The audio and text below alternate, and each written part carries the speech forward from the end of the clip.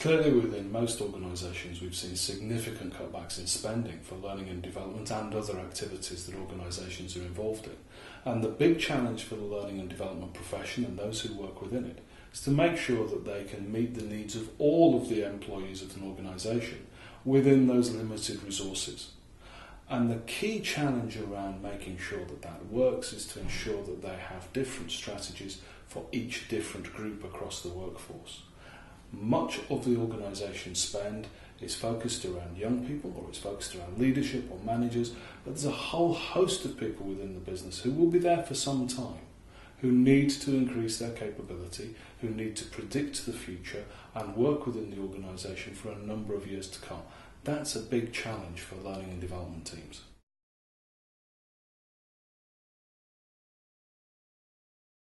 The manifesto is really part of the evaluation for the book. So Complete Training from Recruitment to Retirement starts with a set of principles. And my idea and invitation to the reader is to say, have a look at these principles, and at the end of the book, tell me whether or not we've actually helped you to understand how those principles can impact on your practice. And they are relatively straightforward. The first one is that one size does not fit all. There is a very great difference to the training needs of somebody who is approaching the end of their career within an organisation and somebody who may be an apprentice or has just joined from college or university, or maybe has changed jobs from a completely different business and industry. So we've got to have a range of different approaches. The second point is that what gets measured gets done. So organisations will focus on things which will get real results. One of the challenges facing the learning and development team is that we have real difficulty in ensuring that we are strategically focused and aligned with the rest of the business. So it's really important that we think about what is it that keeps the chief executive and the FD awake at night? What do they worry about? Those are the measures and the metrics which we need to apply to our work. Evidence-based techniques are most likely to work. And that's a fairly straightforward point to make, but you'd be surprised just how much mumbo-jumbo and frankly Californian couch thinking which happens within the learning and development sphere. And a lot of it is complete nonsense, but we do know an awful lot about how people remember things, how people change their behaviour, and how people improve their capability and their skills. So we should focus on those basics and make sure we give people those opportunities. Language matters. We are very, very close to all sorts of different terminology, and I, for example, was once on a telephone conference with more than 70 people where everyone was talking about agile. It was the new buzzword within the organisation. It became clear after about 10 minutes of this rather dysfunctional telephone conference that there were 76 different definitions of agile being used within one conversation. We have to be clear about the language that we use. Finally, a coherent, joined-up approach is essential for learning and development to work. And what that means is to recognise that training does not happen within one mode or one arena. It's not just sending people to a classroom.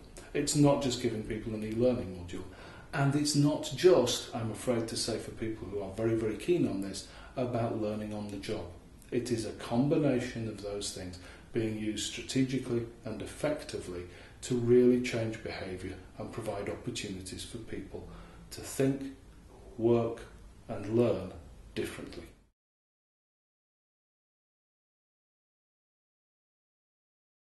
The start point for an organisation wishing to use complete training as the basis for the way in which they approach competence and capability development amongst their workforce is really to think about what's worked in the past.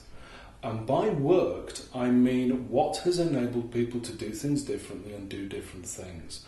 If training doesn't change what people do in their day-to-day work, then it's really not worked. So we have to focus on which bits have worked in the past, what works within the organisation, and then I think we need to do a very hard and honest assessment of our training activities in the past. Part of the challenge that we face is that organisations tend to have a very one-dimensional view of what training is. For some, it's being in a workshop, it's going to a hotel on the M4 somewhere near Reading and eating chocolate hobnobs. That's part of what training is, for sure. For others, it might be e-learning modules. For still others, it might be all about using some kind of social media as a basis for sharing information and collaboration across time zones and across geographies. The reality is, it's none of those, and it's all of them at the same time.